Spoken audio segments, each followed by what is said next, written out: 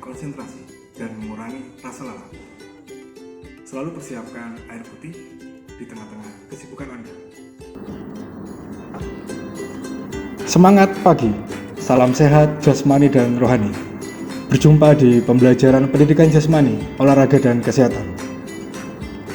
Dan pada kesempatan kali ini kita semua akan mempelajari materi tentang budaya hidup sehat.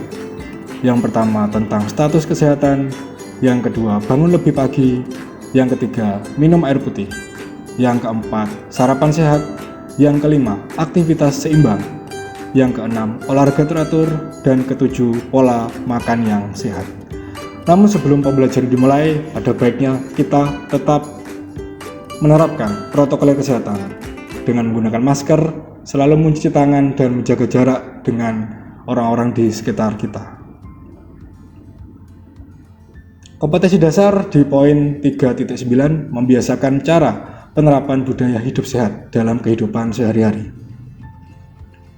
Dengan tujuan, setelah mengikuti pembelajaran budaya hidup sehat melalui media pembelajaran video, diharapkan peserta didik dapat mengidentifikasi kesehatan tubuh sesuai dengan konsep yang benar. Berikut ada indeks kesehatan di dunia. Ada 5 negara dengan indeks kesehatan dunia terbaik dan ada 5 negara yang juga menjadi terburuk. Mulai dari Luxembourg, Singapura, Swiss, Jepang, dan Austria.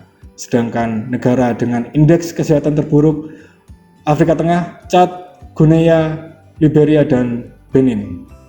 Indonesia sendiri berada di urutan 101 dari 149 negara. Indikator penilaiannya adalah meliputi fisik, kesehatan mental, infrastruktur kesehatan, dan upaya pencegahan. Potret kesehatan Indonesia, ini data di tahun 2018 oleh Kementerian Kesehatan, hasil riset kesehatan dasar, di mana terdapat beberapa penurunan, bahkan sebagian besar mengalami penurunan dari tahun sebelumnya. Bagian warna kuning menunjukkan tahun 2017, sementara bagian di warna hijau menunjukkan tahun 2018. Sebagian besar mengalami penurunan, kecuali di penyakit tidak menular, yaitu hipertensi, di mana di tahun 2017 angkanya mencapai 25,8%, sedangkan di tahun 2018 mencapai 34,1%. Ada 4 masalah kesehatan remaja di Indonesia. Yang pertama adalah kurangnya zat besi atau biasa kita sebut dengan anemia.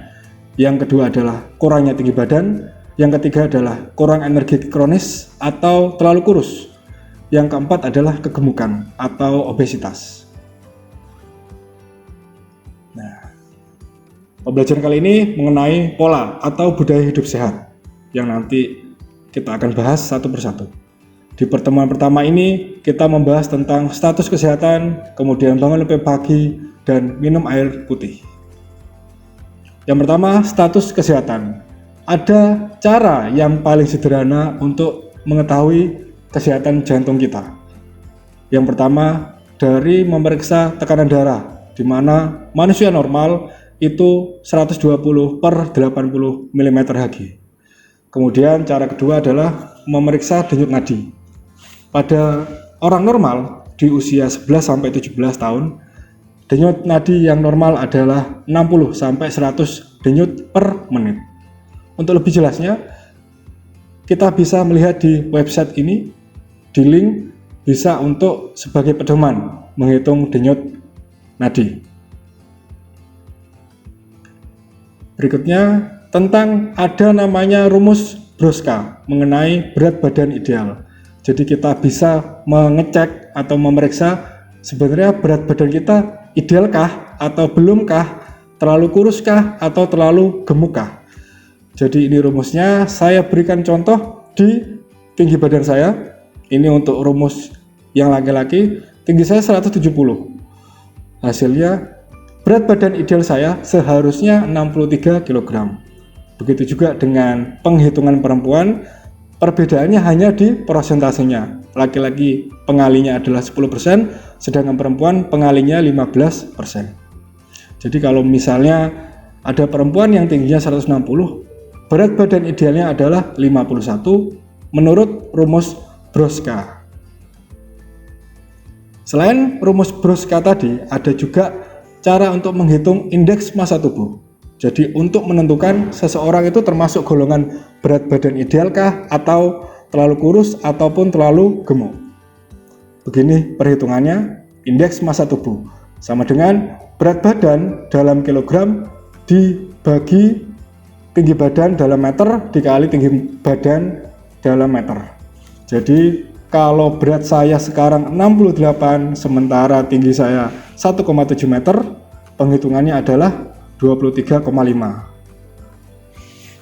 Ini caranya. Nah, ini ada artinya.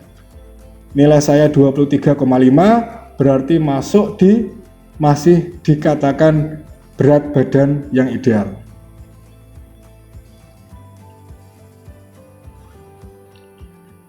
Budaya hidup sehat yang kedua adalah bangun lebih pagi. Jadi kita bisa rasakan udara yang masih segar, kondisi lingkungan yang belum tercemar, itu dapat membantu membersihkan paru-paru kita. Kemudian penyerapan oksigen juga akan lebih optimal, sehingga dapat membantu untuk kita lebih mudah berpikir. Caranya membiasakan bangun pagi adalah kita keluar rumah, kemudian mengatur nafas, menarik nafas pelan-pelan dan dalam, kemudian menggerak-gerakkan anggota tubuh, entah itu tangan, entah itu kaki, ataupun pinggang. Bahkan di Rumah Sakit Panti Nirmala juga memberikan informasi mengenai manfaat bangun pagi bagi kesehatan. Budaya hidup sehat yang ketiga adalah minum air putih. Jadi ada beberapa manfaat dari kita meminum air putih. Lebih tepatnya air bening. Yang pertama, menjaga kadar air dalam tubuh atau menjaga agar kita tidak mengalami dehidrasi atau kehausan. Kemudian membantu memberikan energi pada otot dan memberi pelumas pada persendian. Kemudian membantu mengendalikan asupan kalori tubuh. Kemudian menjaga kesehatan kulit dan membantu proses pembuangan sisa-sisa makanan dan minuman.